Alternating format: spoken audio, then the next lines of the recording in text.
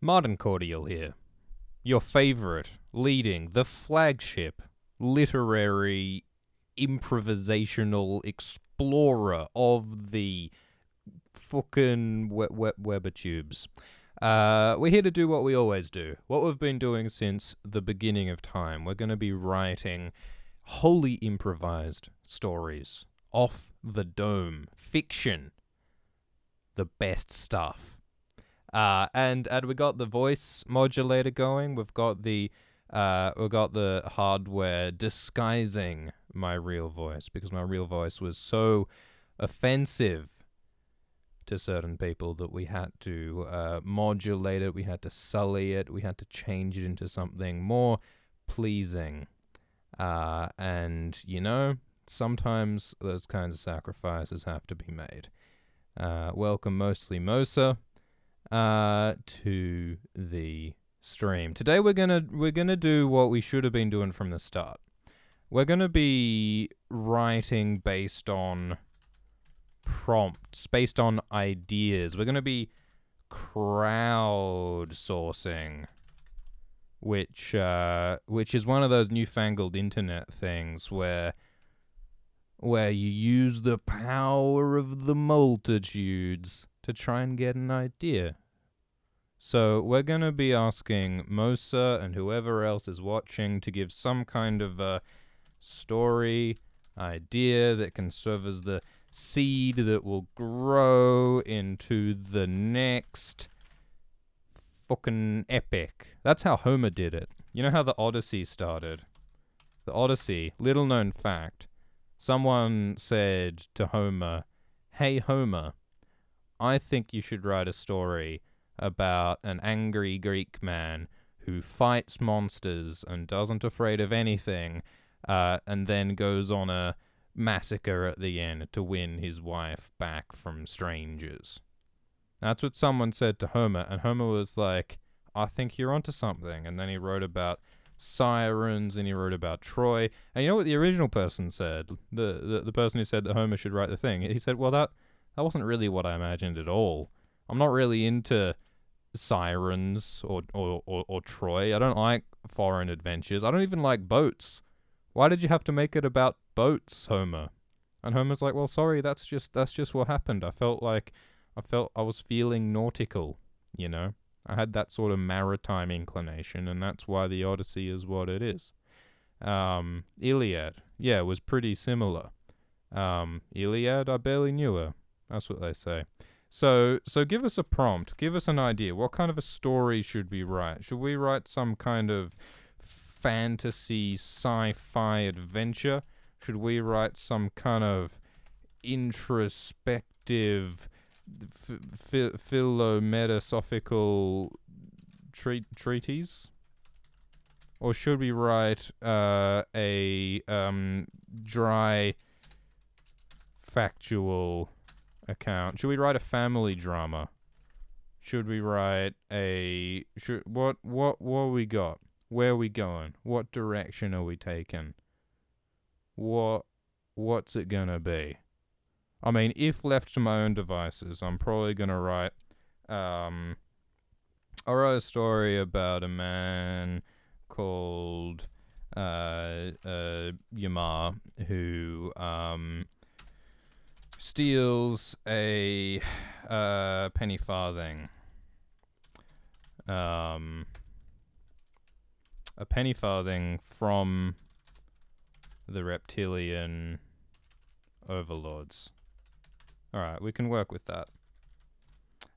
So maybe this will be like a heist thing. This will be like a heist story. So like Yamar has heard about this penny farthing that the reptilian overlords are keeping in their scaly hands, and he wants to liberate this particular vehicle for the betterment of the resistance against the reptiles, right? The anti-reptile resistance, also called the Arr.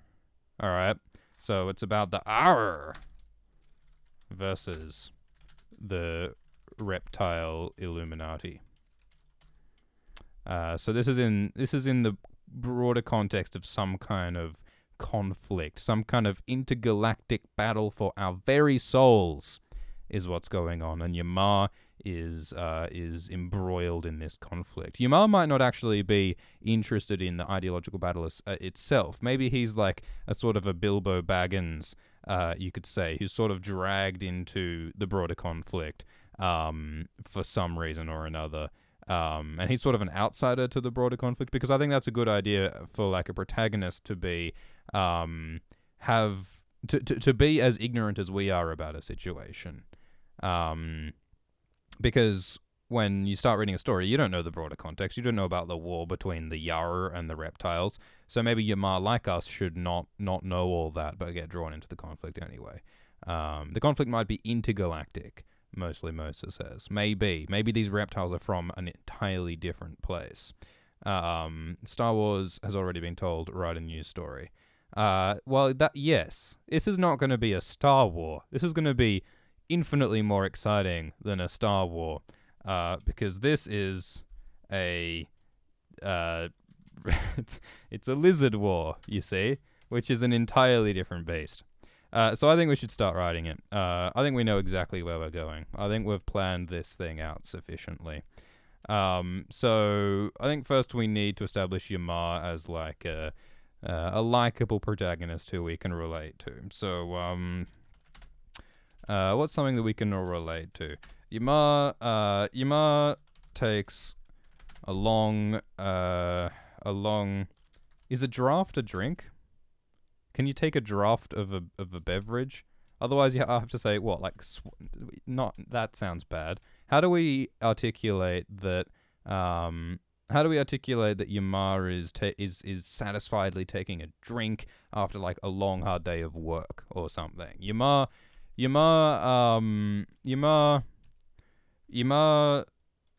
drinks gratefully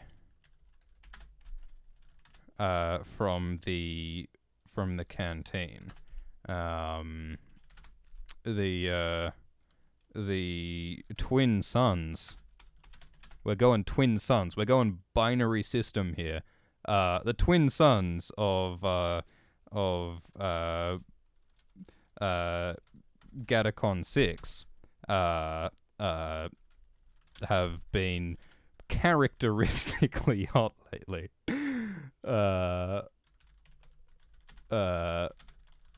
That's awful. A chug, a swig, a draft.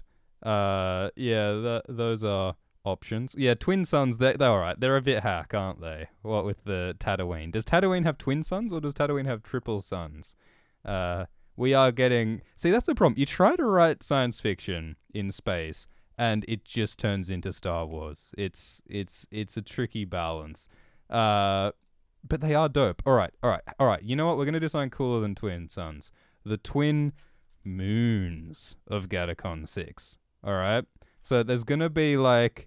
Oh, actually, you know what's the best is broken moons. Alright? The best kind of night sky is one where the moon has been like exploded accidentally, and so it turns into like an asteroid belt around the planet. That's the real OG kind of a system. Although, how do we describe that offhand in the first sentence? You know, like we don't want to get into some painful bunch of exposition about astrological nonsense. So Yamar drinks gratefully from canteen? Jesus. From the canteen. Yamar drinks gratefully from the canteen. Or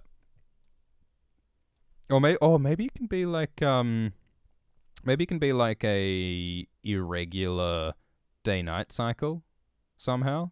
Like maybe the days are longer or shorter randomly, and so this has been a particularly long day in a literal sense. I don't know how you'd achieve that astronomically. Maybe there's like some kind of artificial sun situation happening.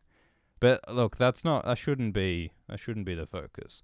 The point is that we've got a person who's been having a hard time and is about to get brought into some kind of adventure that he knows nothing about. So Yamar drinks gratefully from the canteen. And and adjusts the weight of the pack on his back.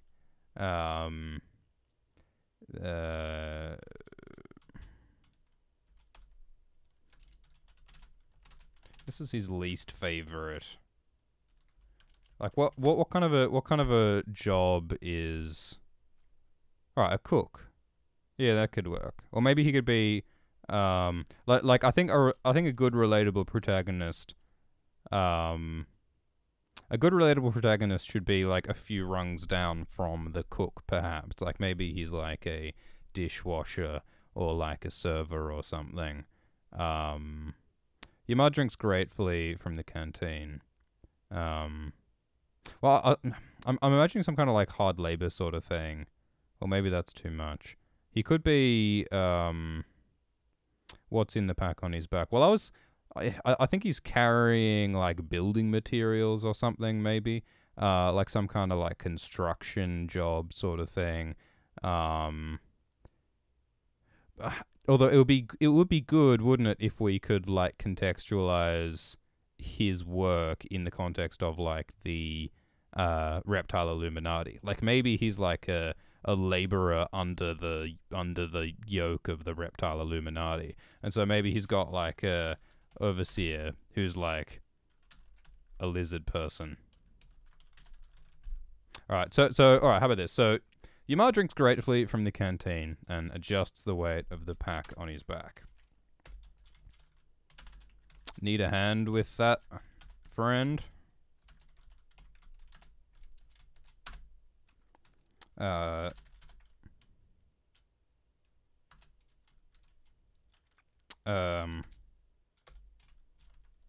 Yamar turns to see the smiling face of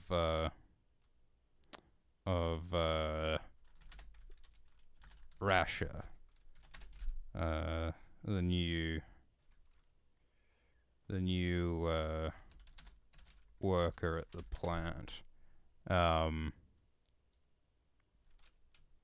Yamar is fairly certain that she's a lizard. Okay, so we're setting up a dynamic where there's like, cause isn't the whole reptilian mythology, isn't that about like people who are actually like lizards wearing human skin? So people are all suspicious of, you're a lizard, he's a lizard, right? So maybe like we're in like this really like uncomfortable, oppressive environment where any person, any human might actually be a lizard in disguise, and like there's the constant like stress of not being quite sure what's going on.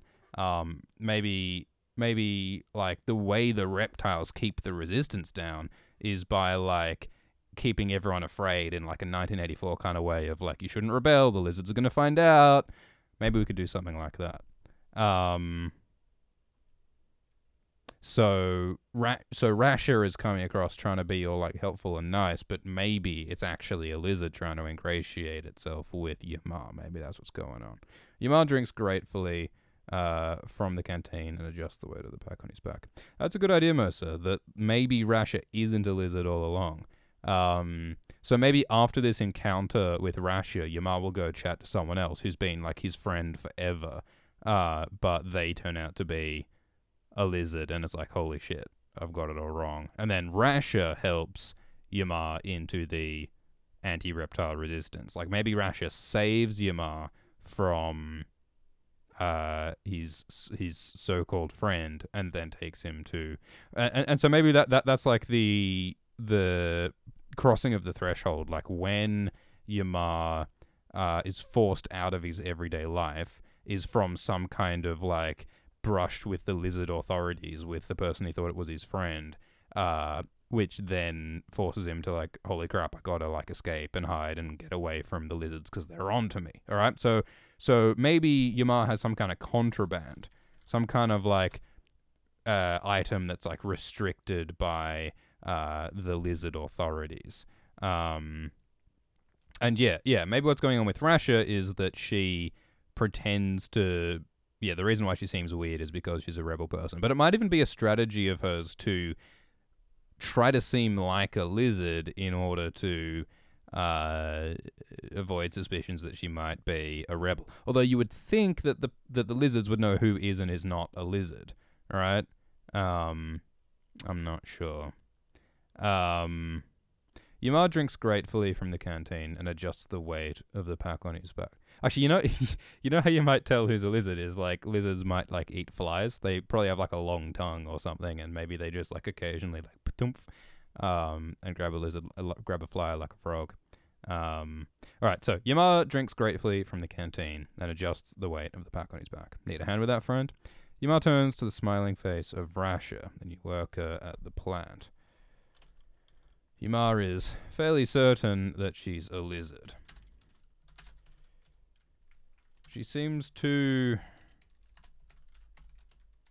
helpful. Too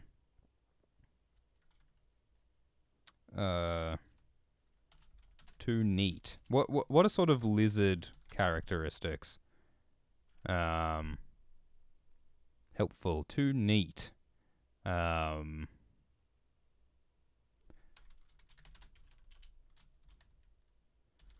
Yamara's pretty sure he saw her blinking sideways once. The best thing to do is just politely keep your distance.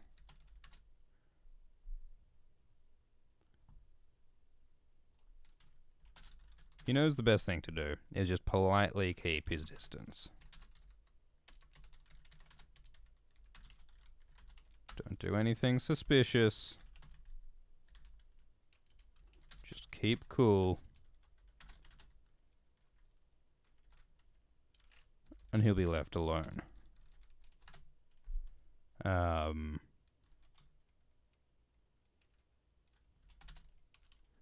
He knew what happened to people who crossed the lizard people. Crossed the lizards. If we wanted this to sound remotely like serious, you'd have to find a different word instead of lizards. I mean, I guess reptilians is that word, isn't it? We can just use reptilians. Yeah, green eyes makes sense, doesn't it? Yeah, there would need to be some. There'd need to be some kind of a tell. There'd need to be some kind of way to confirm whether or not someone is a lizard. And yeah, the eyes.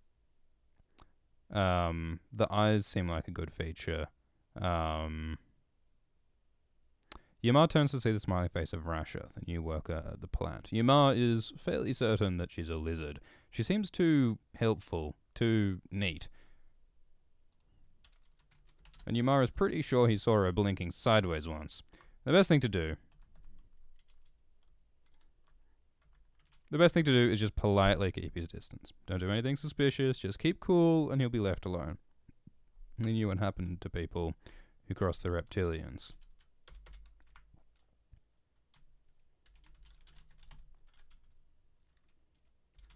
No thanks. Yamar smiles thinly.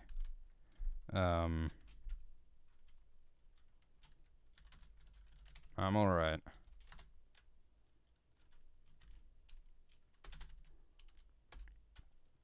He returns his canteen to his belt and hurries down the bluff. Yeah, that's a good idea, Mercer, having like a scar, like a zipper, where they can take off the skin suit. Like, you know, I'd imagine the lizards, the reptilians, after a long, hard day of pretending to be a human, you're gonna want to stretch out, let your tail get some air, you know, jostle your eggs about, whatever it is that reptiles do. You'd want to be able to take the human skin off, I'd imagine.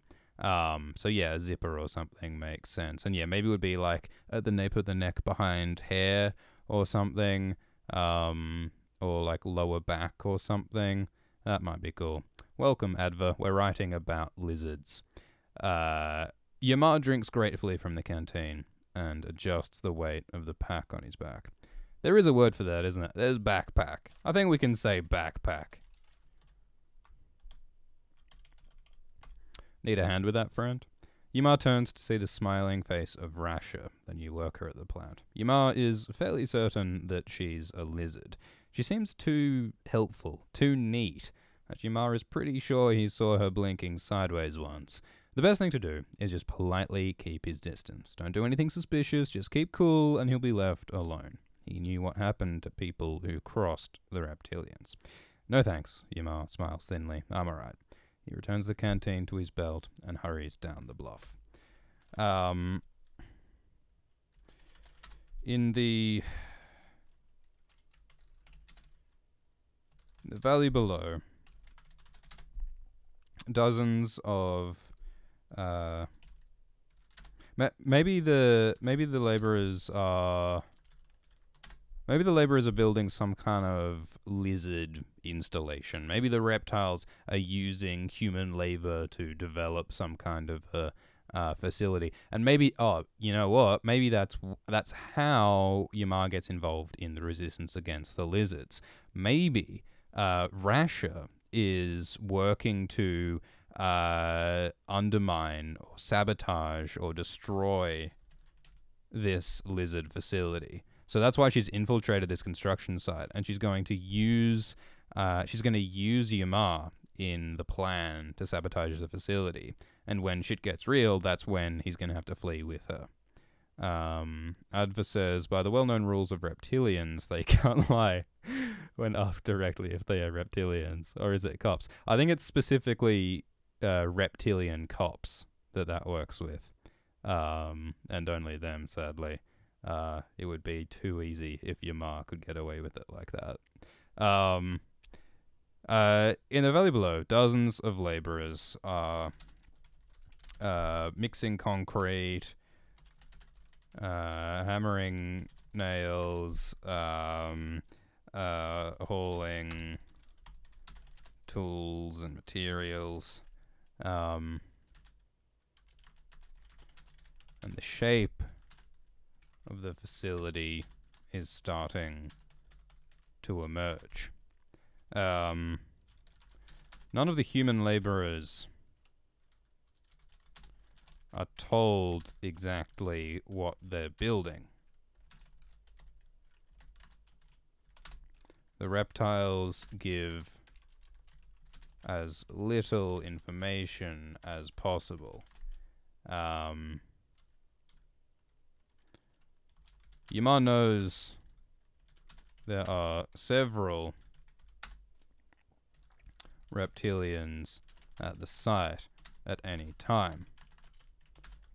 The overseer. What's a good name for a menacing, scary reptilian overseer who runs a construction site? The overseer,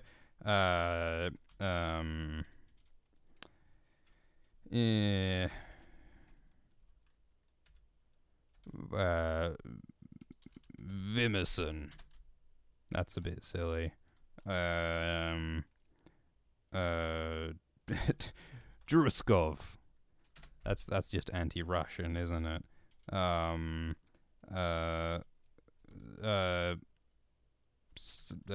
Safor. Mark Zuckerberg, Adva suggests. That just sounds too silly, I think. That sounds too alien and ridiculous. Someone with that kind of a name could never for a moment be trusted, I think. No one would suspect such a person of being human, I don't think.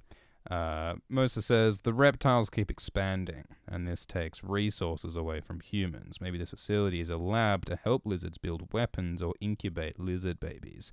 Maybe they all have to be grown in tubes because their species is sterile. Yeah, that's a good idea. I like the incubating lizard babies rather than weapons. I think that's more interesting because, like, it would be good if there was like an ethical conflict of like, well, we want to fight against the lizard people, but like, Are we really going to go around killing little babies, little cute little lizard babies with big eyes and little taily stubs? You don't want to be a monster about it. So maybe Yamar will increasingly question whether what the resistance is doing is right, whether they're going too far in the cause of humanity. We'll keep obviously Vimison for a certainty. The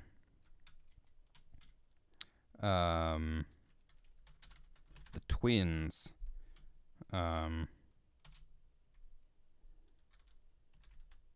Saoirse and Banks. Probably.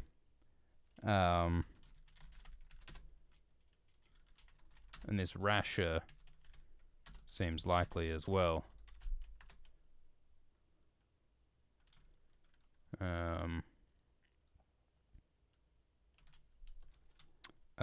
Based on the number,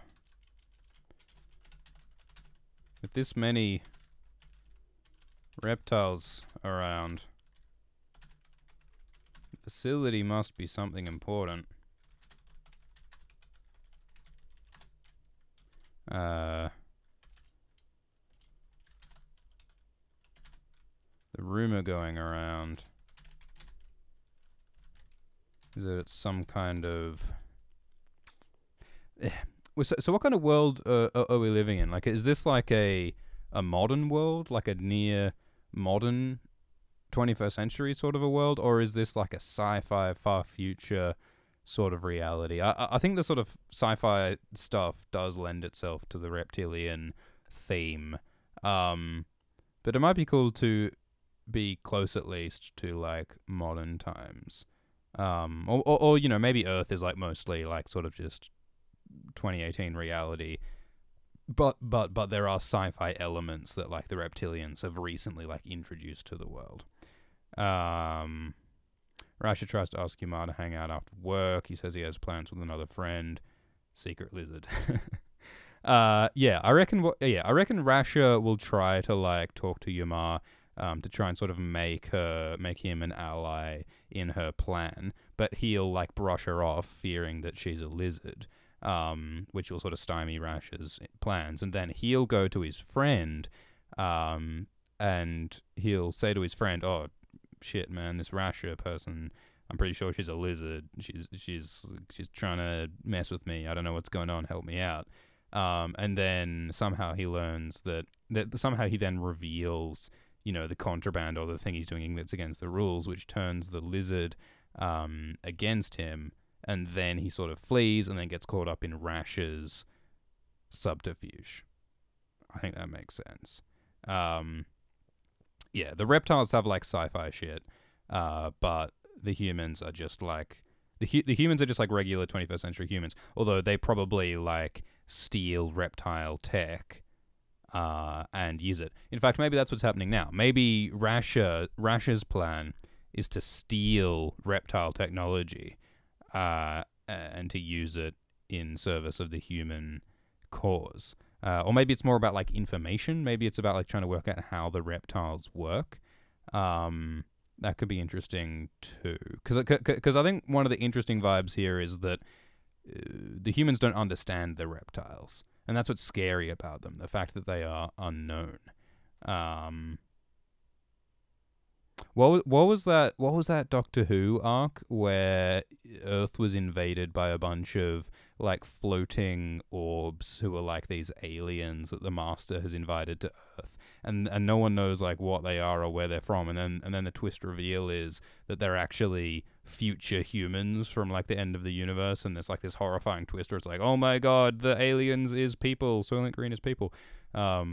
We could probably do something wacky. I mean, the trope, the like obvious thing that always happens is that the monsters, the aliens, turn out to be humans all along, or like humans who have been transformed into aliens or whatever. But that's a bit boring. I guess what's cool about the whole reptile thing is that the reptiles truly are something totally alien, totally inhuman. I guess why that's scary. But we want to humanize the reptiles just enough to make it feel like an ethical quandary when people go too far in attacking the reptiles. Adva says that Saoirse is a good name, but shouldn't it be spelt Saoirse? Yeah, I'm not gonna write something that I can't pronounce. What nationality is Saoirse Ronan? I don't recognize that name. The reptiles are like Freud's uncanny. Is that like the uncanny valley? Is that like how they're near human but not quite, and that's what makes them creepy? Yeah, and how should this reptile technology work? Is this going to be like... it's Irish, apparently. Thank you, Fairy Queen.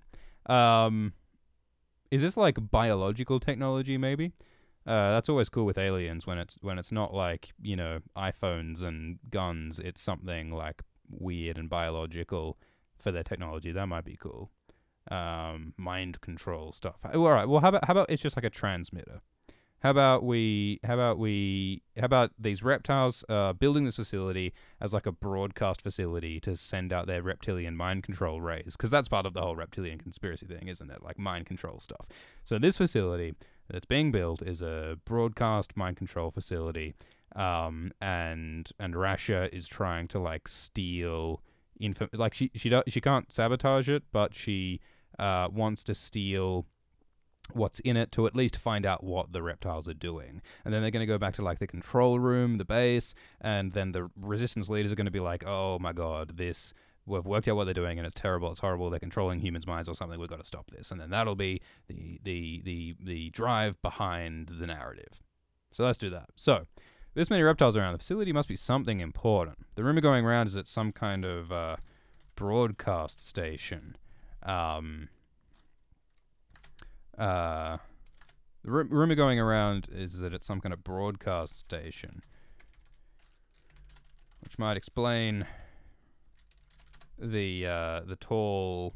What's a good term for like a high, like a pylon, like a tall structure that you put like a satellite dish on? What do you call that? There's got to be a term. You know, like one of those sort of Eiffel Tower looking things with like the framework of metal. What's the right term to describe that kind of a structure? I'm not sure. The great metal tower at the center of the facility.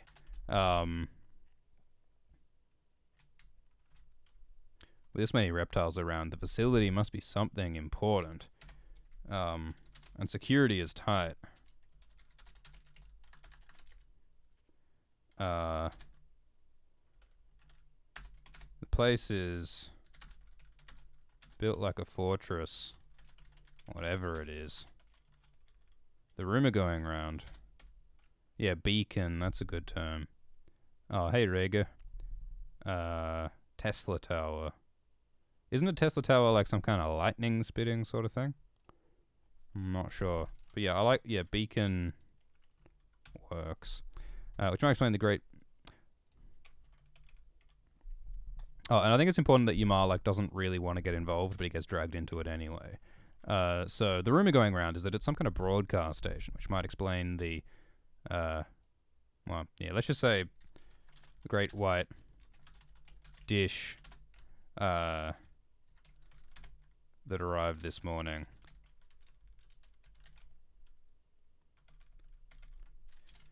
But whatever it is, honestly, Ymar would rather not know what he's building. Just one more week, then he's off rotation. So are we on Earth right now? Like maybe oh, do we want to set this on the moon? That'll be cool. We were gonna make this like spacey, weren't we? So maybe maybe this broadcast station is being built on the moon. What do we reckon in the chat? Yes or no? Should this be on the moon right now? I feel like in any situation where you can set something on the moon, you probably should. Although I suppose we'll need to rethink. I mean, can you drink from a canteen when you're on the moon? Probably not. um, yeah, I think there's, and I don't know, how do you do a chase scene in low gravity, and how do you do, uh, it could add a degree of danger. All right, we've got one vote for the moon and one vote for Earth. We need a tiebreaker. What do we reckon? Moon or Earth? I think there are merits to both. Although one image that I do sort of like at the start here is the idea that Yamar is like hot. He's been working. He's sweating. Like there's a sort of human physicality that's like relatable to that. Fairy Queen has Fairy Queen has offered a third option of Mars. Actually, Mars, like maybe this is a terraformed Mars. So maybe Mars is a good compromise because it allows us to do the overheated sweating thing. But it also gives us the coolness of space. I think Mars is a pretty good compromise, so I think we should go with that. And then we can use the term Martian landscape, which is really cool.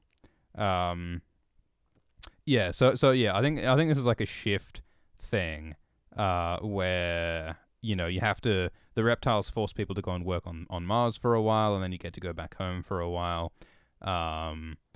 And that does mean, yeah, that there needs to be a way to get to and from Mars quickly. I guess with the moon, you'd have like a space elevator or whatever, and that'd help.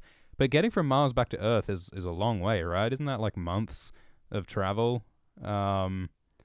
So do you think they're using cryo technology, maybe? There's probably something really, they probably do something fucked up to you when you're in cryo. That's a good, yeah, I think that's a good thing to have. So like, the reptiles, like, they came to Earth and they took over, I guess overtly, like humans like know that there are reptiles around. It's not like a secret takeover like in the conspiracy ideas. But they took over, and maybe they like offered humans technology, but it's sort of like a poison pill where it's actually like a control mechanism. And yeah, one of the things that happens is reptile technology space flight. And that's done through cryo, so you have to go onto the reptile ship and get put into cryo. But people don't really know whether they can trust the reptiles. Like, what are the reptiles doing anything weird to your body when you're asleep? Are they doing experiments? Are they implanting things in you? Like, that's all part of the conspiracy vibe, isn't it? So Fairy Queen says that it takes about 6 to 8 months to get to Mars. Mosa suggests that, yeah, maybe the reptiles have like fast tech that makes it faster. Yeah. Well, we probably just won't bring up the travel time issue here. In the valley below. Oh, so all right, Mars. So Yamar drinks gratefully from the canteen, and takes a moment to gaze over the Martian landscape. Incredible to think that just a year ago, this was a vast red wasteland. Humans had never even visited Mars a year ago. And now,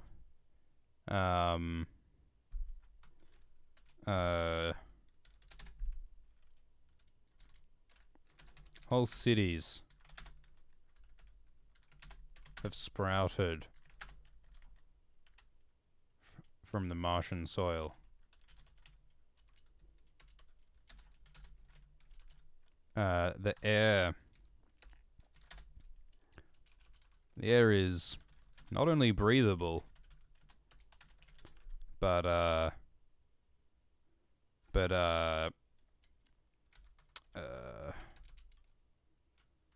oxygenated.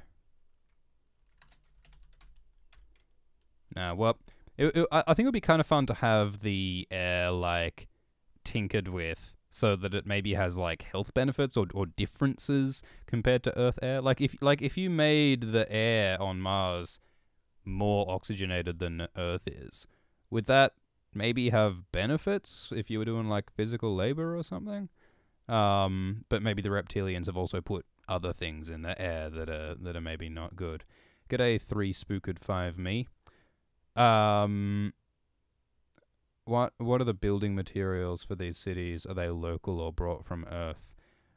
Maybe they're taken from the reptilian homeland. Maybe the reptilians have some kind of like super strong, efficient building material, and they use that instead of none of that silly Earth stuff.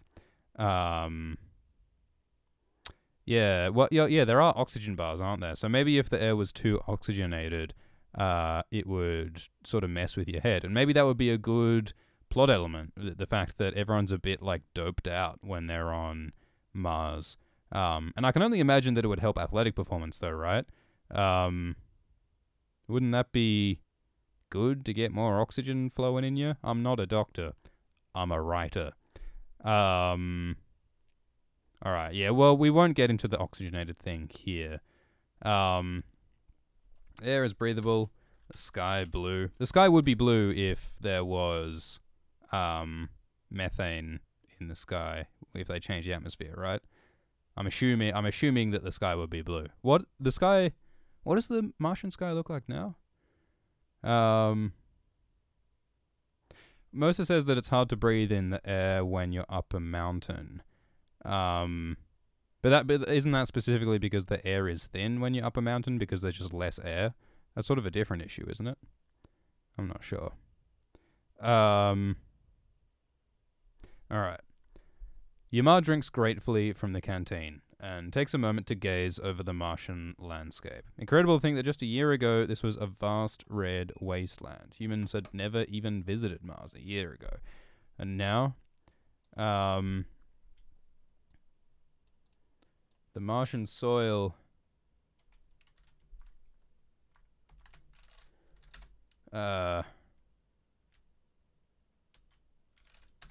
Martian landscape has bloomed green.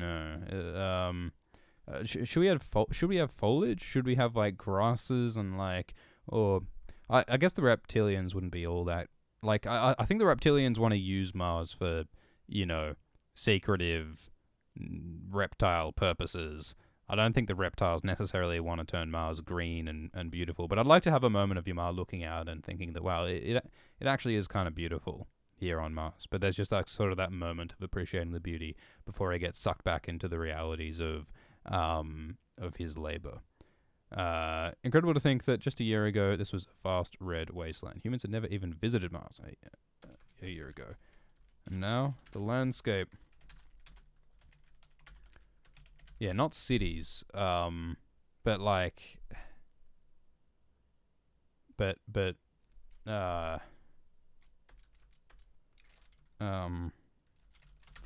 broad black roads crisscross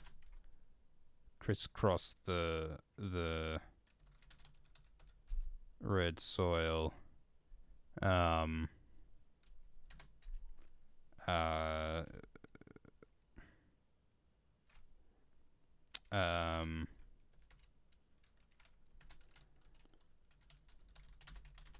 Satellites and station.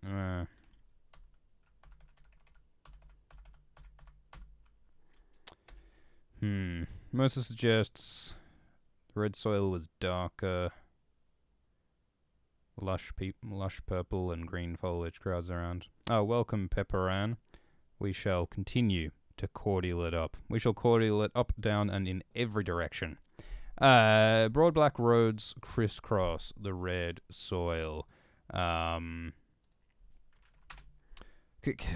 it's hard to square the idea of like beauty and splendor with industrial activity, isn't it?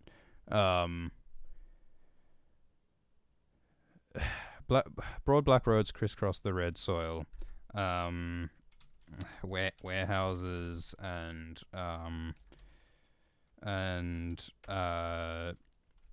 sheds, dormitories. There probably are people who like live here full time. Like there are probably humans here all the time.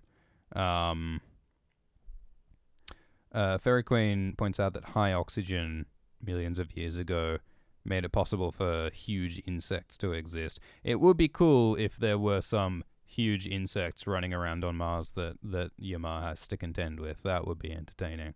But I think we're getting too bogged down in this bit. Yamar drinks gratefully from the canteen and takes a moment to gaze over the Martian landscape. Incredible to think that just a year ago this was a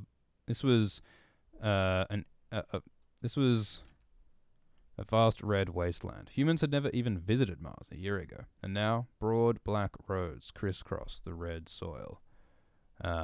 Warehouses, and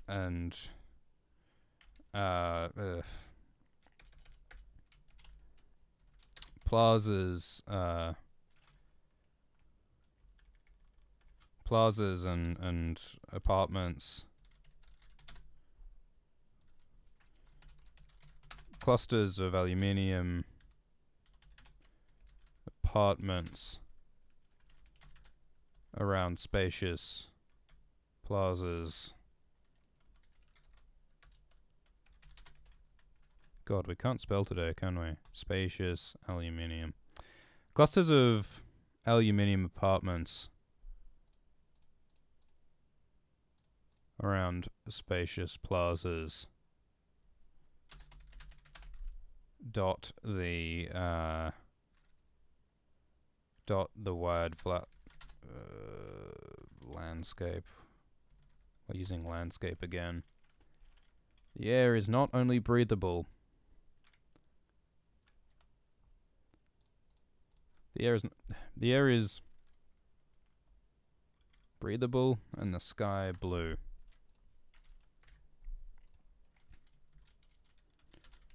Yuma has to admit it's almost beautiful. Or it might be.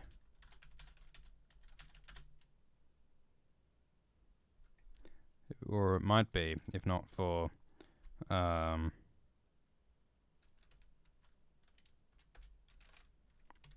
slog of his labors.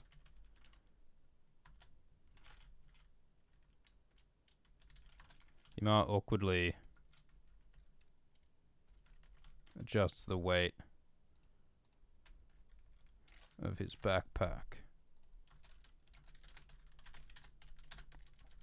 He needs to get some tools down to the site.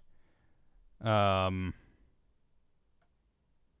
suppose it is fairly ridiculous that you'd have humans carrying like heavy stuff in like backpacks as part of this like high-tech Martian construction site. But I think maybe that is kind of what the reptiles' attitude is to humans. Like the reptiles are so advanced that they don't even really care about efficiency, and they're kind of happy to just let the humans just suck it up and have a hard time. And that's sort of what makes them unlikable.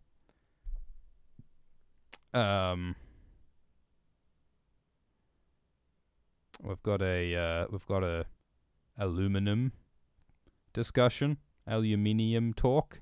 Great.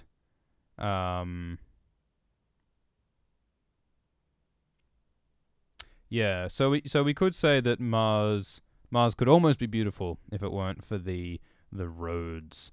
And the construction sites and things, the ugly reptile intrusions onto the natural world. I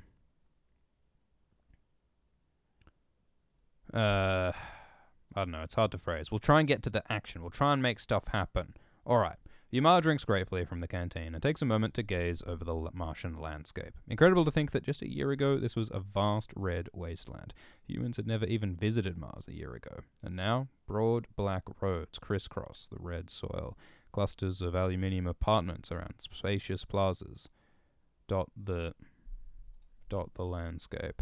The air is breathable and the sky blue. Yamar has to admit it's almost beautiful, or it might be, if not for the slog of his labors.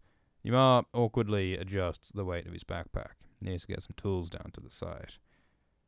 Need a hand with that, friend? Yamar turns to see the smiling face of Rasha, the new worker at the plant. Yamar is fairly certain that she's a lizard. She seems too helpful, too neat, and Yamar is pretty sure he saw her blinking sideways once. The best thing to do is just politely keep his distance. Don't do anything suspicious, just keep cool and he'll be left alone. he knew what happened to people who crossed the reptilians. No thanks, Ymar smiles thinly. I'm alright. He returns the canteen to his belt and hurries down the bluff.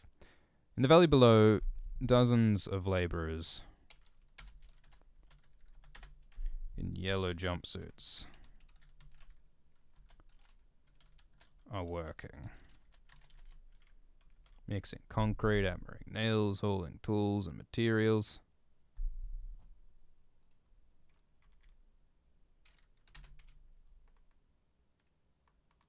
Tools and materials. I do kind of love the contrast of like the sci-fi of being on Mars in like this high-tech sci-fi environment, but building in like a really basic normal way with like concrete and nails and stuff. I think that's sort of part of the reptilian style, is that they have these great tools and advances, but they don't necessarily let the humans have them.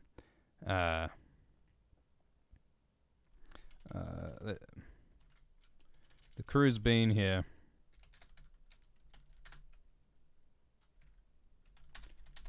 The crew's been here for 2 months.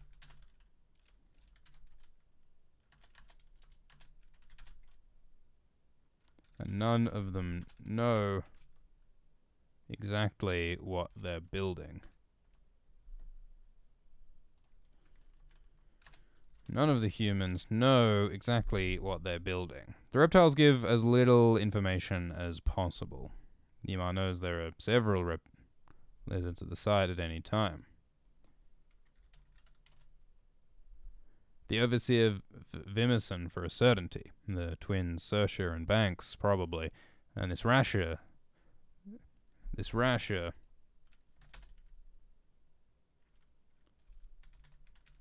suspicious as well, which does sort of contradict his fairly certain earlier, but whatever. And this Rasher is suspicious as well. With so many reptiles around, the facility must be something important. Security is tight. The place is built like a fortress. The rumor going around is that it's some kind of broadcast station, which might explain the great white dish that arrived this morning. But honestly, Ymar would rather not know what he's building. Just one more week, then he's off rotation. Back home to breathe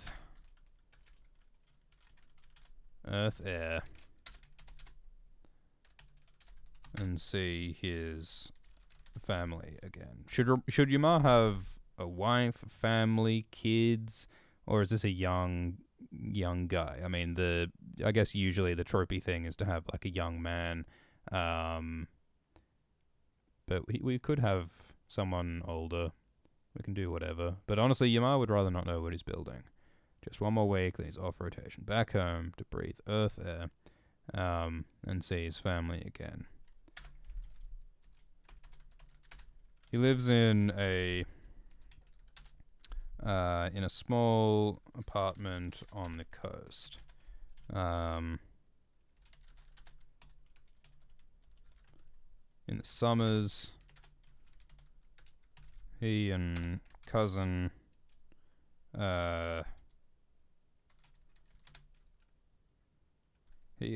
Ezra sit on the balcony all night drinking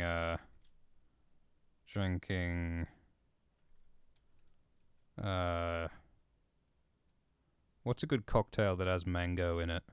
I'm imagining something really just sort of like sweet and human and just relaxed and nice and just the opposite of this reptilian construction situation. Moses says that maybe the lizards spend a lot of time in cryo to extend their lifespans if they've got like a reproduction problem. Humans think all the lizards are pill-skinned, but they are only people skinned in shifts. So maybe a small number of lizards go around wearing a large number of human skins, so it seems as though there are more lizards than there are. That's a good idea. Pepperan131 reckons it needs to be a young bloke so that he can have some interspecies romance. I think that's a given. Yeah, well, he can be young but still have younger siblings or kids to take care of, I reckon, though, so... Adva likes it being middle-aged. Yeah, I kind of like that too as well, being a bit different. Mango mimosas, mango mojito. I think mango mojito sounds fun.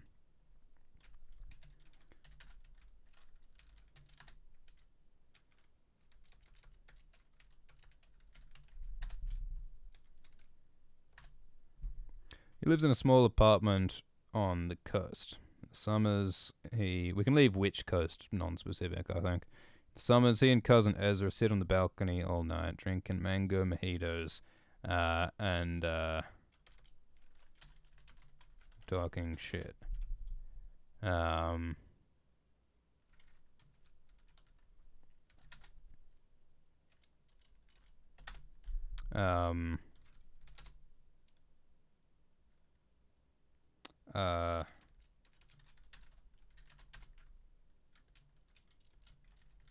So long as your ma gets on the next flight home,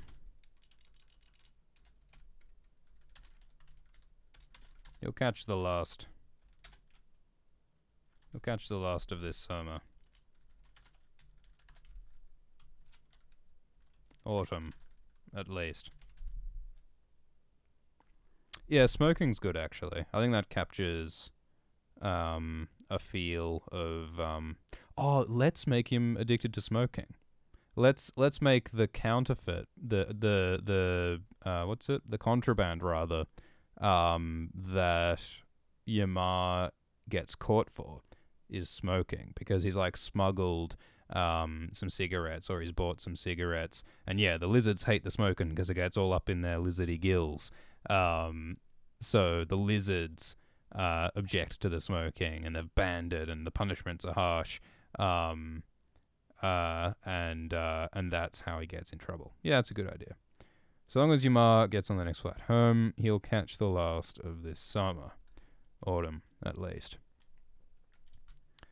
After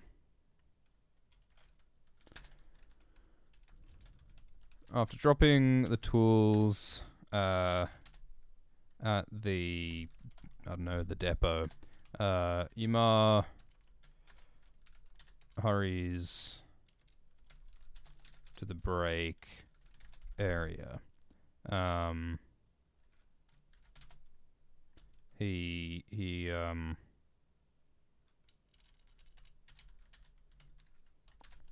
If he's quick, can catch a quick smoke.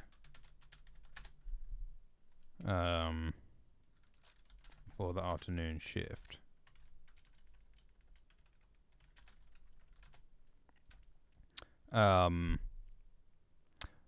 What are some withdrawal symptoms for not getting nicotine? Do you get shaking hands or something? Oh, Fairy Queen is pretty pretty keen on the high oxygen content thing. And yeah, like what would happen if you smoked in a high oxygen environment? You wouldn't bloody set fire to the atmosphere, would you? Because oxygen's a bit flammable. Shaking, yeah. Yeah, I think Yamar's hands are starting to shake because he hasn't had a smoke. And yeah, suddenly irritability. He's quick. He can catch a quick smoke before the afternoon shift. His hands have been shaking all morning.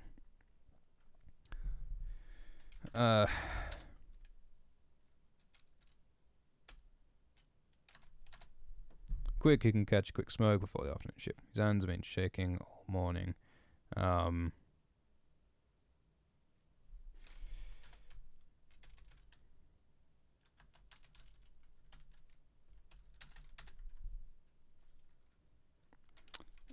he'll...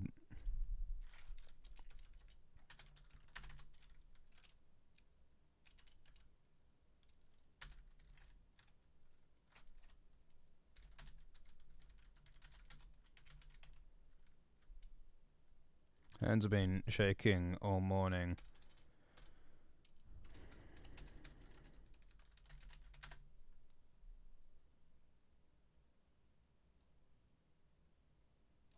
He needs this. That's good. That's simple. That's bitey. After dropping the tools off at the depot...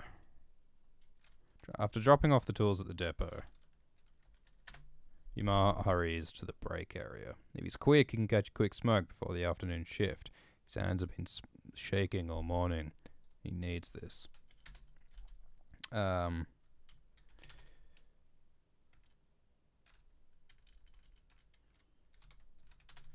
What's the name of his mate? His mate who's secretly a reptilian. Maybe it should be lizard backwards.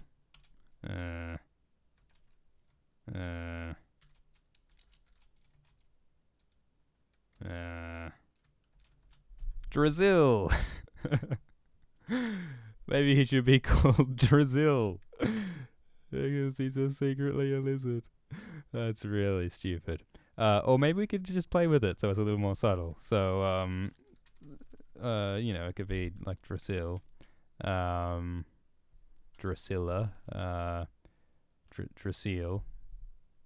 Drasil. My mate Drasil. Drazzo. My man. Drazworth. Drazington. Something like that. His mate Drasil is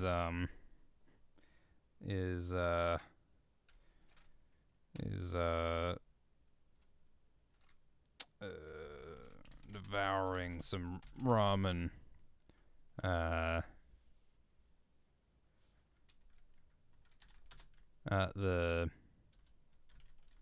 the bar. Not like a bar in terms of alcohol, but a bar in terms of like a bar style table, I think that's fine.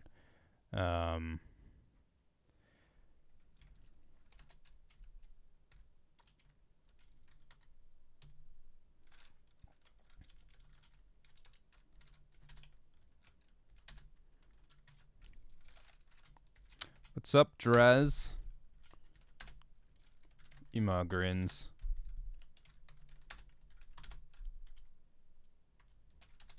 Punches his mate on the shoulder. I think the lizards would probably deliberately like keep human friends away from each other when they can. But of course, Draz in this case is like a reptile plant, so maybe that's something that should have tipped Yamar off. Yeah, vending machine ramen. Yeah, there's like some like cup noodle. Yeah, it should be ramen. It should be like cup noodle.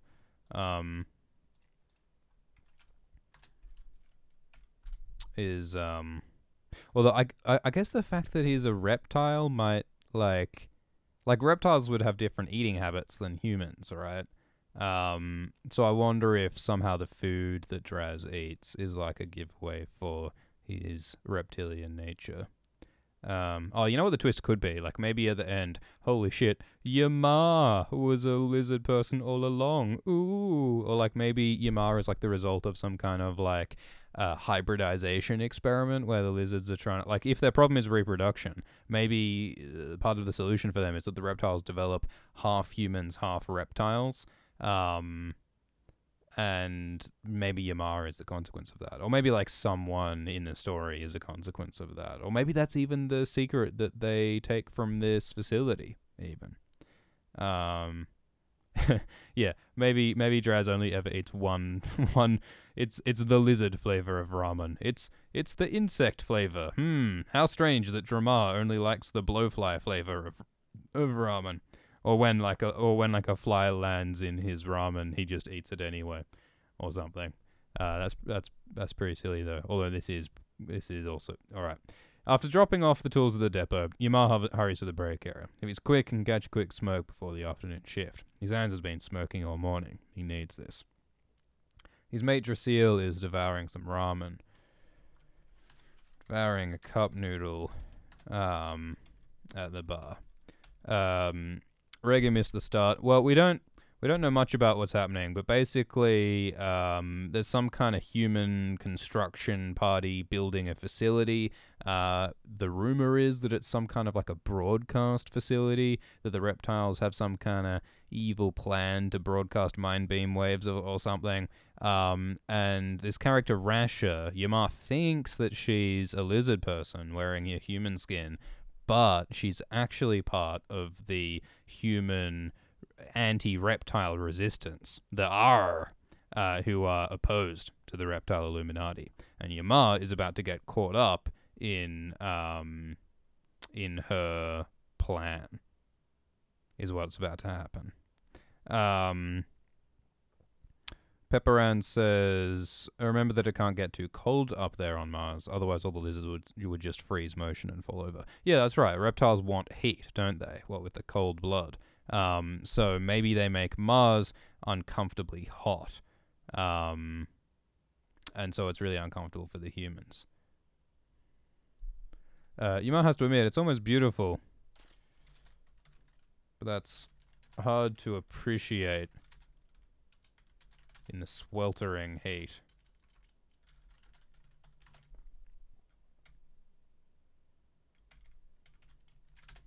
He wipes his brow and awkwardly adjusts the weight of his backpack. He needs to get some tools down to the side. We should probably describe some appearances as well. Yuma turns to see the smiling face of Rasha, the new worker at the plant. She's curly-haired and lightly freckled. With what are some other good features we can have? I think the clothing are all like these jumpsuits. Fairy Queen reckons that tropical Mars would be a tourist attraction. Yeah, it totally could be. But I reckon the reptiles would only allow human visitors to Mars if they had some kind of purpose for it. So like maybe the reptiles would create Mars as like a tourist attraction, but only part of some kind of nasty plan. Crooked nose. Yeah, crooked nose could work. Or like funny ears. Or a scar. Maybe she could have a suspicious scar. Dimples are good. I'm suddenly conscious that we're getting dangerously close to describing Hermione. We don't want that. Her hair is a curly, red-brown mane, framing a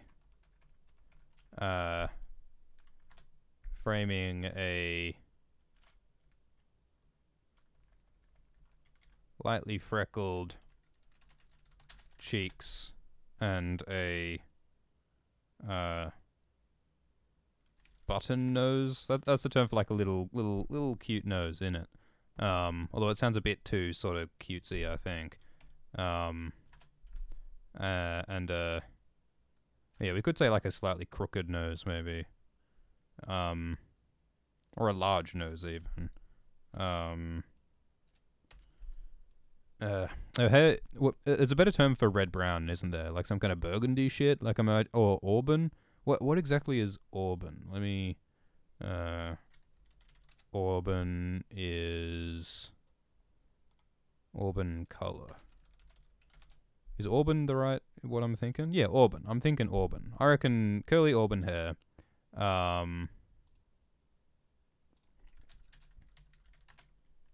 Curly auburn maze, framing lightly freckled cheeks, and a large nose, and a crooked nose, and a small crooked nose. A sharp jaw. Yeah, you could have like a prominent square jaw. One eye. One eye is pretty intense. Reggae reckons a ginger antagonist. There hasn't been one since Pippi. Yeah, I can see that. One green eye. How about we do 2 green eyes? I think we can work with 2 green eyes. And I like the contrast here, obviously. Like, you know, the curly mane and the freckled cheeks all sound very sort of human and mammalian, and Yamar being fairly certain that she's a lizard. I think that's a nice sort of juxtaposition. Yamar turns to see the smiling face of Rasha, the new worker at the plant. Her hair is a curly auburn maze, framing lightly freckled cheeks and a small crooked nose. Small crooked nose? Maybe that doesn't make sense. Whatever. Yamar is fairly certain that she's a lizard. She seems too helpful, too neat, and Yamar is pretty sure he saw her blinking sideways once. The best thing to do is just politely keep his distance. Don't do anything suspicious, just keep cool and he'll be left alone. He knew what happened to people who crossed the reptilians. No thanks, Yamar smiles thinly. I'm alright. He returns the canteen to his belt and hurries down the bluff. In the valley below, dozens of labourers in yellow jumpsuits are working, mixing concrete, hammering nails, hauling tools and materials. The crew's been here for 2 months, and none of the humans know exactly what they're building. The reptiles give as little information as possible. Yamar knows that there are several lizards at the site at any one time.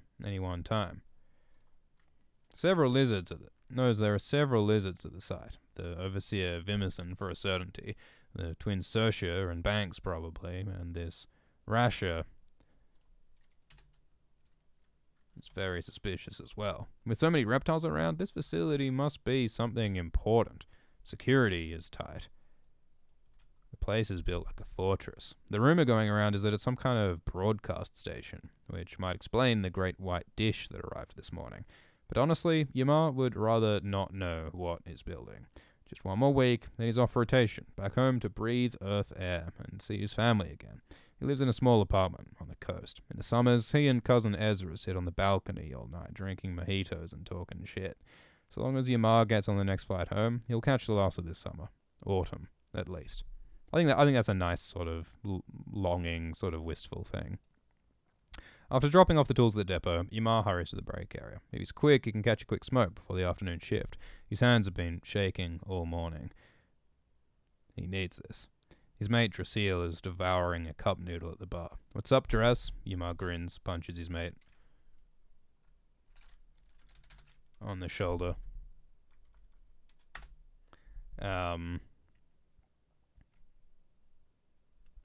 Rhaegar asks what happened to those people. Not her, him. Which people? They're all just these human workers on Mars. What's up, Draz? Yamar grins and punches his mate on the shoulder.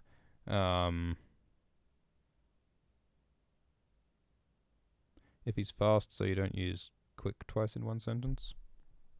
Do we use... yeah, I think there's some ugly phrasing and sort of... Oh, yeah, no, yeah, it's true. Yeah, I don't like... so long as he gets on the next flight home, there's like the urgency of that. And then there's the if he's quick... There's the urgency there, which, I don't know, that's sort of a ugly double up. But whatever, we got to get the broad strokes right first. Yeah, there's a lot of doubling up of words. Yeah, we can just say Drasil. Drasil is devouring a cup noodle at the bar. What's up, Dras? Yamar grins and punches his mate on the shoulder.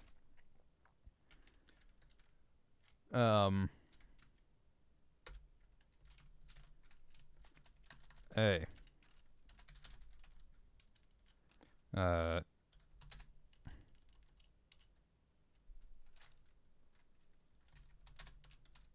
He says,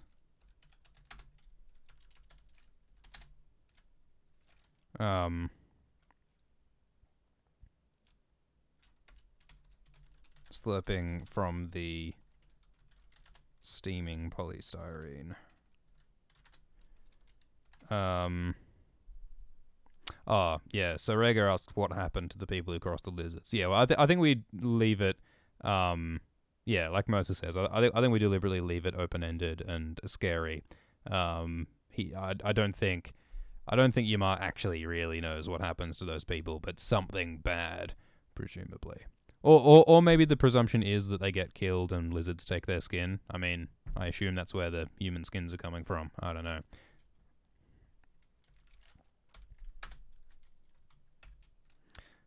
Hey, he says, slurping from the steaming polystyrene.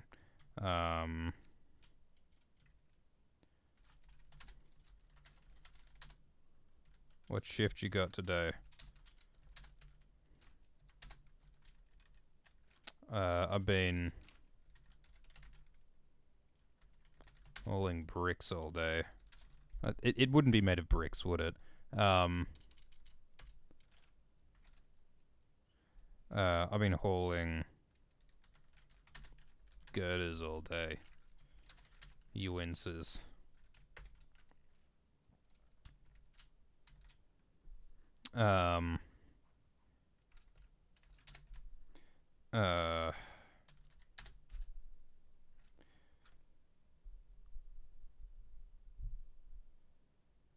I've been...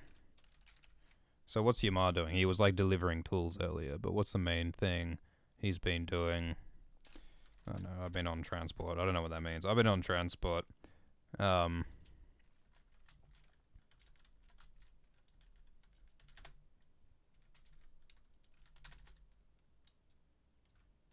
Takes a seat. Yamar takes a seat. Think with all the... You think with all...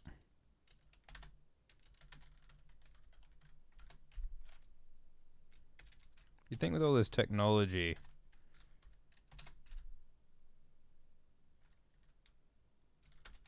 We'd get some...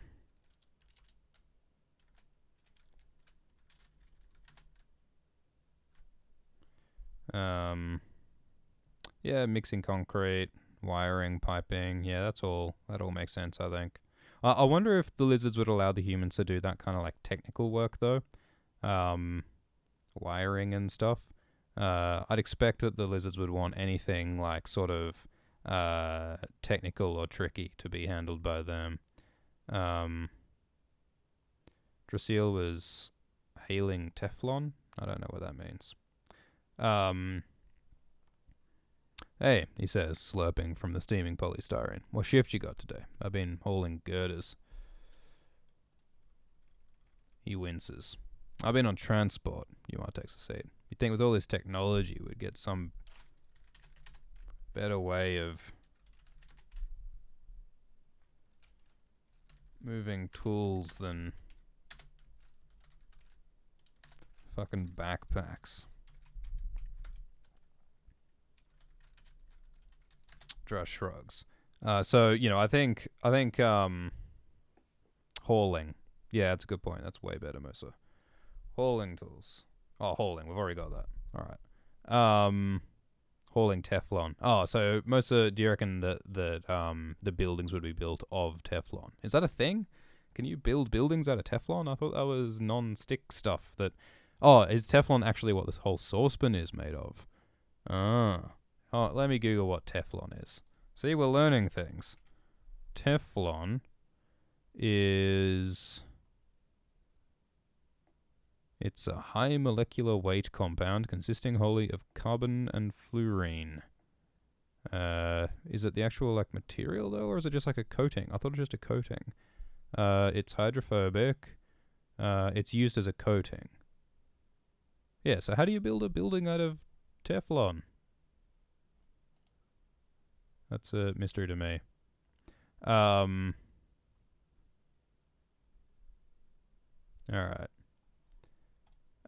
You think with all this technology you get some better way of moving tools than fucking backpacks? Just shrugs.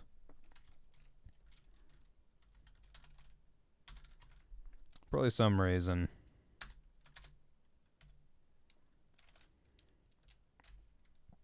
He says non-committally.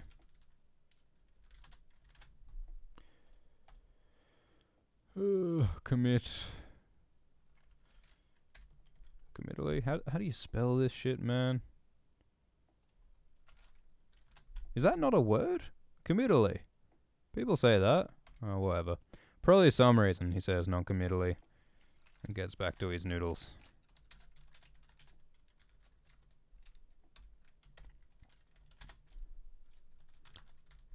I gets it. Everyone's too scared. Say anything against the lizards. Dress.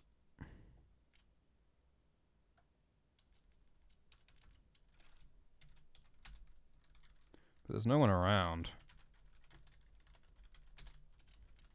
Does Drass suspect him of being a reptilian?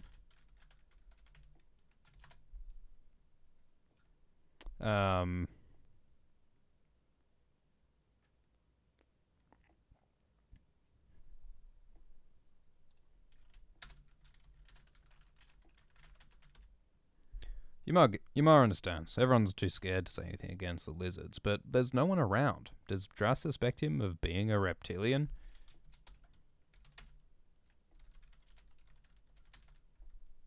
He's known him for so long.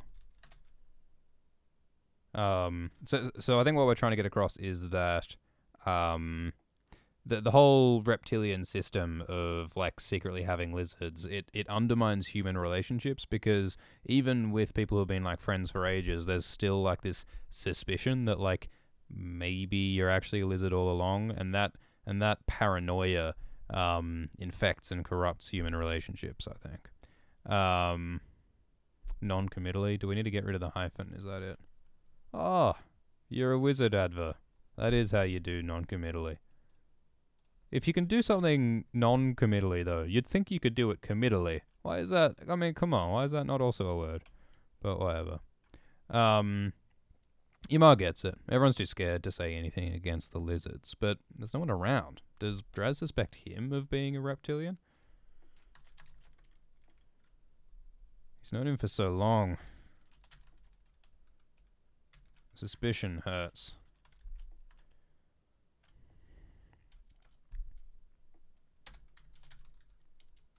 Shakes his head and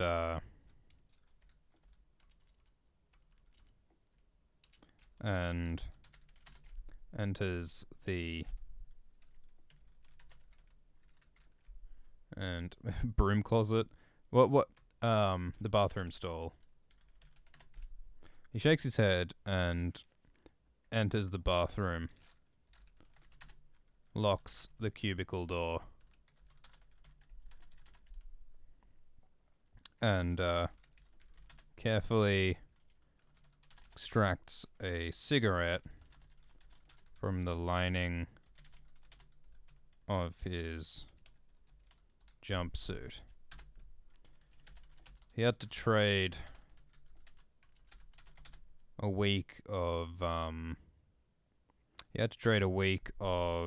don't know, what's something you trade for? I mean, food, I guess, is one of the obvious supplies he'd be given. You had to give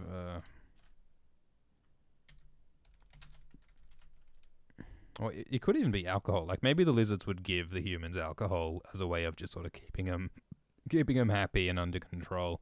But cigarettes they disallow. I don't know. That seems like a bit of a weird. Coffee. Yeah, that's a good idea. Yeah, coffee rations. He shakes his head and enters the bathroom, locks the cubicle door, and carefully extracts a cigarette from the lining of his jumpsuit. He had to trade a week of coffee rations to get this one. Smuggling contraband through alien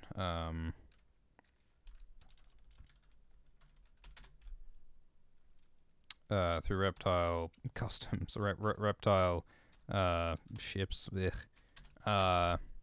Is not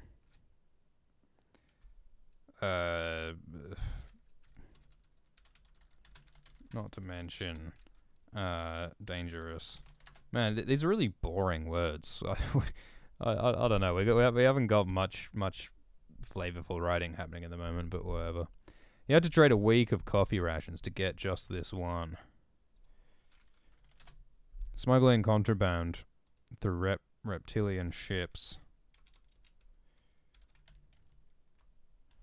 is difficult, not to mention dangerous.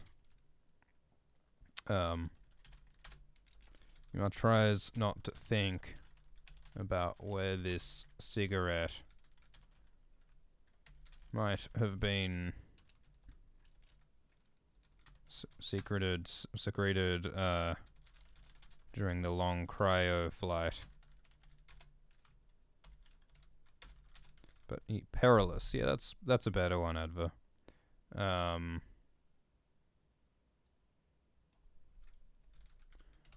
Although it'd be nice to have a word meaning danger that specifically suggests the possibility of death. So like potentially fatal, you could say, but like preferably in one word. I don't know if there's a word that means that.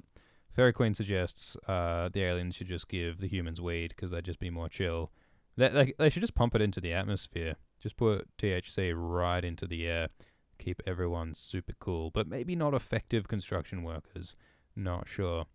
Yamar tries not to think about where the cigarette might have been secreted during the long cryo flight, which is a butt joke. But he knows this will calm him down. I guess the other challenge is lighting it, isn't it? I guess, you know, that there might be matches on a construction site or like a blowtorch or something. There'd certainly be ways to do it, but how would Yamar light his cigarette? I guess he can just have a lighter.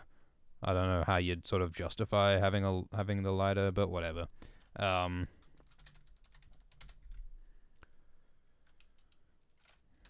He lights. We've already gratefully drank, haven't we? So we can't inhale gratefully. He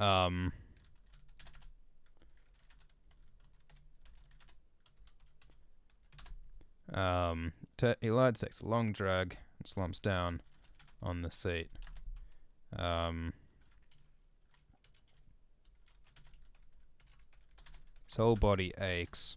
What? Hold on. What's Mars gravity like compared to Earth gravity? Would it be harder or easier on his body?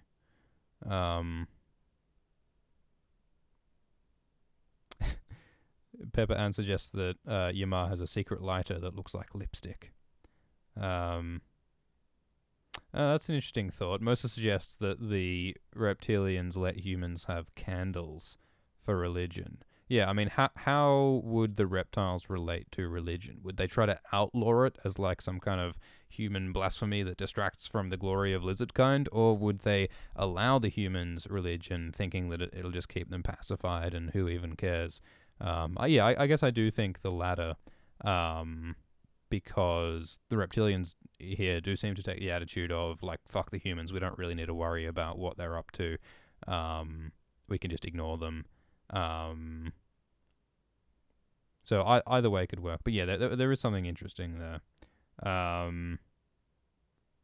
Fairy Queen and Mosa say that gravity's lower on Mars, so I suppose that would make labor a bit easier. But I mean, you just compensate for that by making the humans do more work. His whole body aches.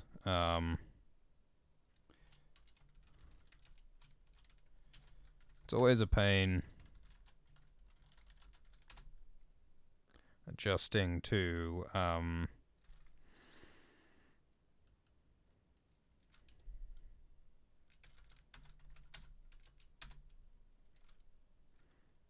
it takes weeks to get used to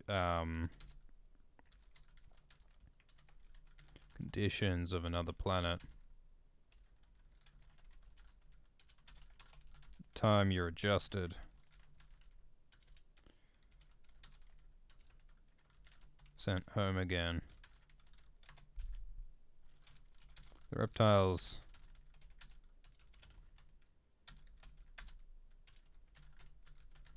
The reptiles are always keeping people uncomfortable, uncertain, paranoid.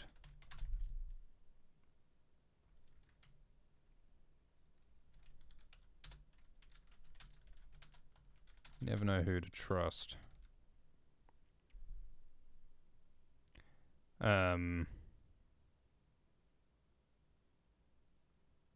38% less. 38% less gravity is a lot less gravity, isn't it? So you really could do the sort of bouncy around thing, couldn't you? Yeah, so maybe you would. I mean, you'd be wearing like heavy shoes or something, wouldn't you? It'd be sort of built into your clothes, the weight, I would imagine.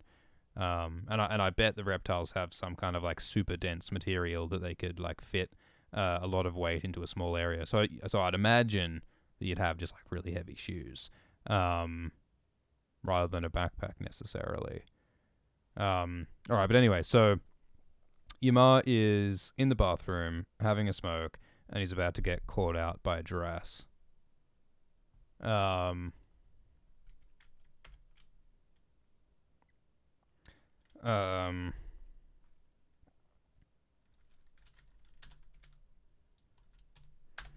Yamar hears footsteps on the white tiles. Footsteps on the tiling.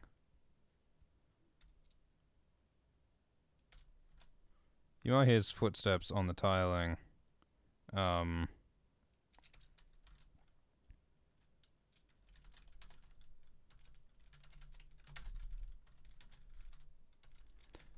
And for a moment his stomach drops.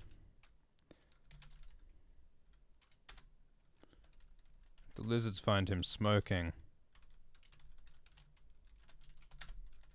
He drops the cig in the toilet.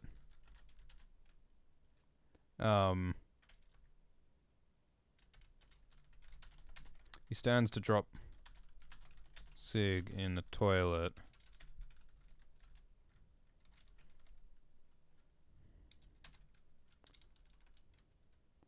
Tries stupidly to wave the smoke out of the air.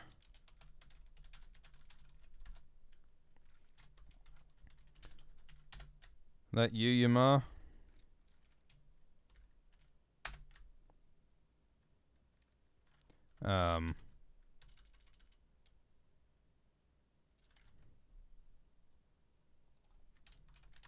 Is that you, Yamar?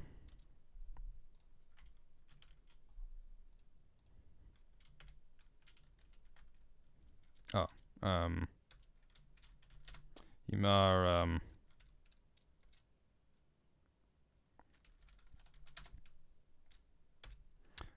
how do we express that Yamar feels a sudden rush of relief at knowing that it's just Draz? Yamar,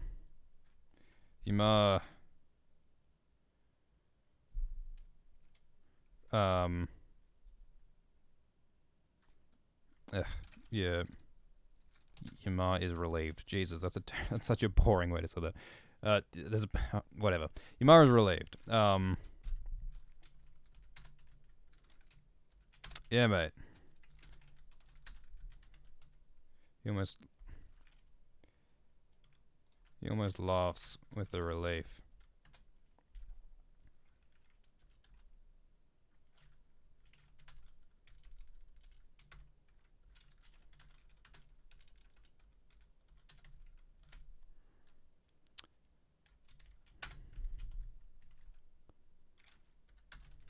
Dress's voice asks,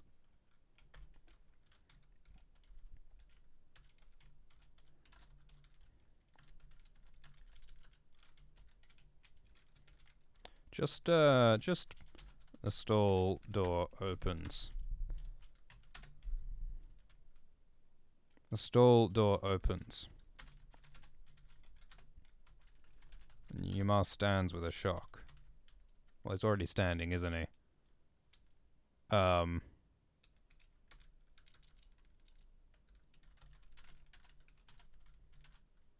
Yamar lurches to his feet with shock.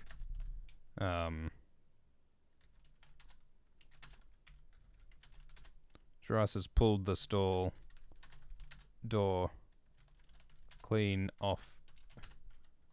Dras has pulled the locked stall door clean off its hinges.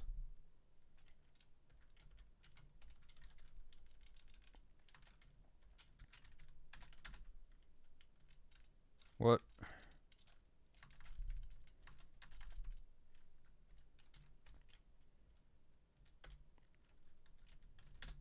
Dras,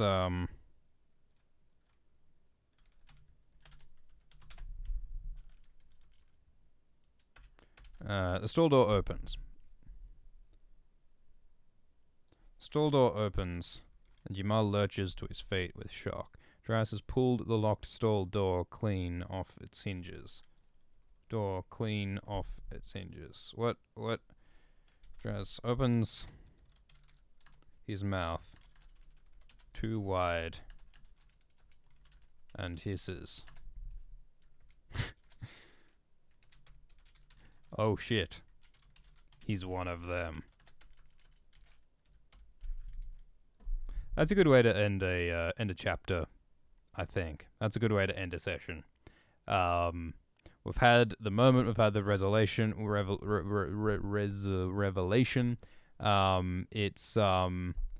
It's a good resolution to this whole sort of paranoia, to this like, oh god, who can I trust, who can I not trust? We had Rasha, thought she was a lizard. Draz is someone Yamar trusts, and the only person who Yamar seems to trust in this whole place turns out to be a lizard all along. And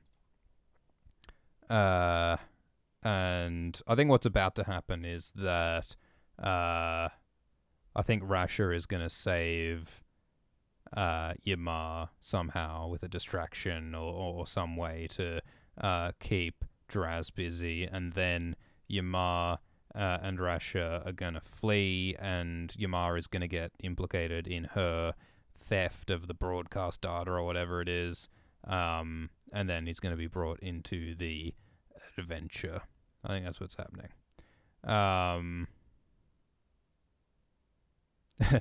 Pepper says that a good way to end the chapter is with the main character being killed off. Come on! Like I think we're just getting to know Yamar. We're invested in his family back home, and he's longing to be off this planet.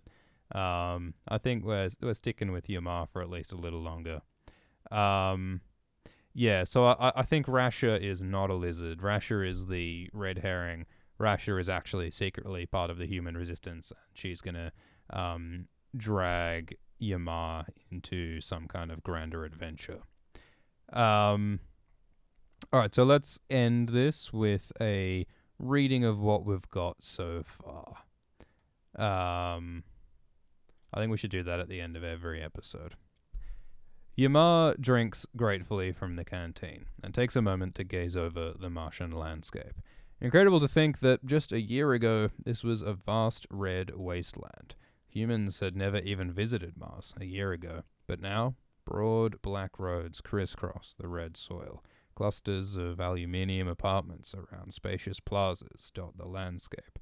The air is breathable, and the sky blue. Yamar has to admit it's almost beautiful, but that's hard to appreciate in the sweltering heat. He wipes his brow and awkwardly adjusts the weight of his backpack. He needs to get some tools down to the site. Need a hand with that, friend? Yamar turns to the smiling face of Rasha, the new worker at the plant. Her hair is a curly auburn mane, framing lightly freckled cheeks and a small, crooked nose. Yamar is fairly certain that she's a lizard. She seems too helpful, too neat, and Yamar is pretty sure he saw her blinking sideways once. The best thing to do is just politely keep his distance. Don't do anything suspicious, just keep cool, and he'll be left alone. We're doing present tense, aren't we? He knows what happens to people who cross the reptilians. No thanks, Yamar smiles thinly. I'm alright. He returns the canteen to his belt and hurries down the bluff. Actually, I've got the perfect title. He goes down the bluff. In the valley below, dozens of laborers in yellow jumpsuits are working, mixing concrete, hammering nails, hauling tools and materials. The crew's been here for 2 months, and none of the humans know exactly what they're building. The reptiles give as little information as possible. Yamar knows there are several lizards at the site, the overseer Vimmerson for a certainty, the twins Sersha and Banks probably, and this Rasha is very suspicious as well. With so many reptiles around, the facility must be something important. Security is tight. The place is built like a fortress. The rumor going around is that it's some kind of broadcast station, which might explain the great white dish that arrived this morning. But honestly, Ymar would rather not know what he's building. Just one more week, then he's off rotation, back home to breathe Earth air and see his family again. He lives in a small apartment on the coast. In the summers, he and cousin Ezra sit on the balcony all night, drinking mango mojitos and talking shit. So long as Ymar gets on the next flight home, he'll catch the last of this summer. The last of this Earth summer. Autumn, at least. After dropping off the tools at the depot, Ymar hurries to the break area. If he's quick, he can catch a quick smoke before the afternoon shift. His hands have been shaking all morning. He needs this. Drasil is devouring a cup noodle at the bar. "What's up, Dras?" Ymar grins, punches his mate on the shoulder. "Hey," he says, slurping from the steaming polystyrene. "What shift you got today?" "I've been hauling girders." He winces.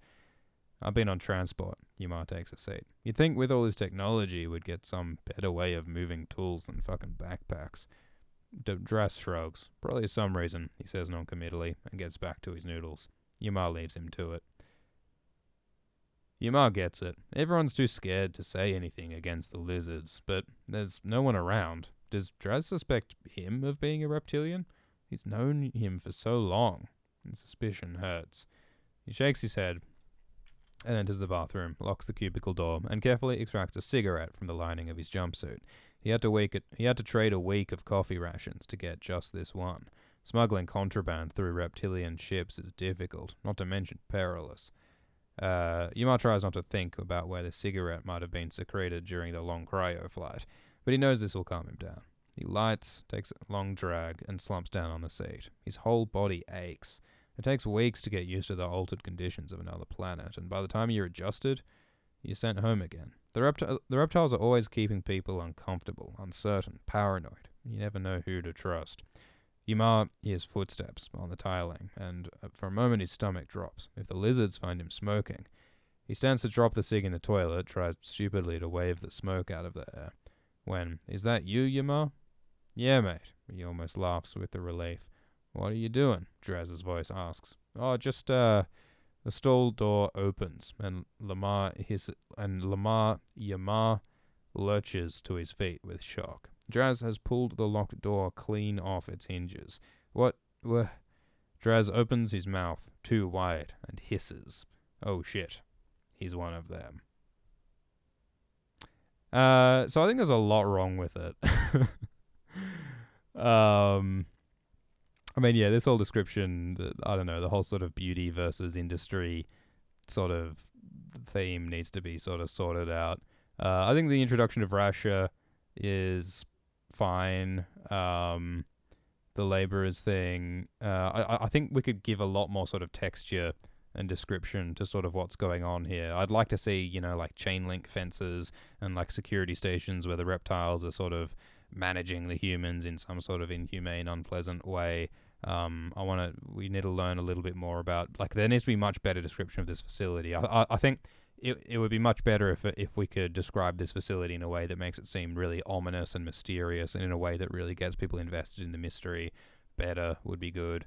More description of this sort of break area as well. Like, what is this sort of environment that the humans are living in? I suppose it's like an uncomfortable one, probably. You know, it's provided by the reptiles, so it's probably not very nice. I think this sort of moment of discovery is all right. It's pretty good. I think it gets across sort of the shock and fear and danger pretty well. And it'll be cool to see what happens next. And yeah, I think we need a title. And I think the appropriate title is Cold Blooded. 'Cause they're lizards, right? Get it? What are some of these chat messages? Pepperan reckons Ymar should die in the next chapter. Mosa suggests that that'll only work if Marten can continue a story longer than one episode. We'll see. The only thing wrong is that it's too good. I would end it at the hiss. Yeah, that's true. The oh shit, he's one of them is probably completely unnecessary. That's just sort of the reaction we're going for. But I think we title it Cold Blooded, and it's by Marten Cordial with You lovely people. So who should be listed up here? I think the original suggestion was by Mosa. You can go with Stephanie instead if you'd prefer. Rhaegar and Fairy and Pepper. Who else? Three Spooked. And there was someone else, wasn't there, who was commenting? Adver, of course. Quickly tell me in the comments what kind of name, if you'd prefer a different name up here. We can change what kind of name you want up here. Do we want Hadas instead or something? Yeah, we can have Hadas instead of Fairy. Commas. We will have commas. Yeah, so Stephanie, Rhaegar, Hadas, Pepper, Three Spooked, and Adver. Is that right? Adver and Hadas. I think we got all that correct. Okay, cool. Alright, so that was episode 4 of Marten Cordial. I think what we could try, we've done 4 first chapters so far. What we could do is hold a live vote to decide which story gets a second chapter. Three Spooked is Billy. Alright, I'll put up Billy. So we've done The River of Chocolate Dreams was episode 1. Episode 2 was the exciting space ventures of Jackson Space Boots, I believe. Oh, I'm mispronouncing things. It's Hadas and Advar. Is that how you say it?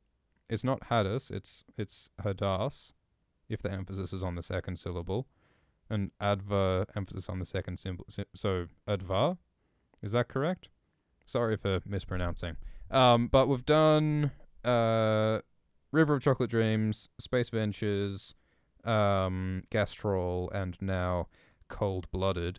So maybe for episode 5 we will have a vote to see which of those 4 stories will get a second chapter. I think that'll be a fun way to continue this.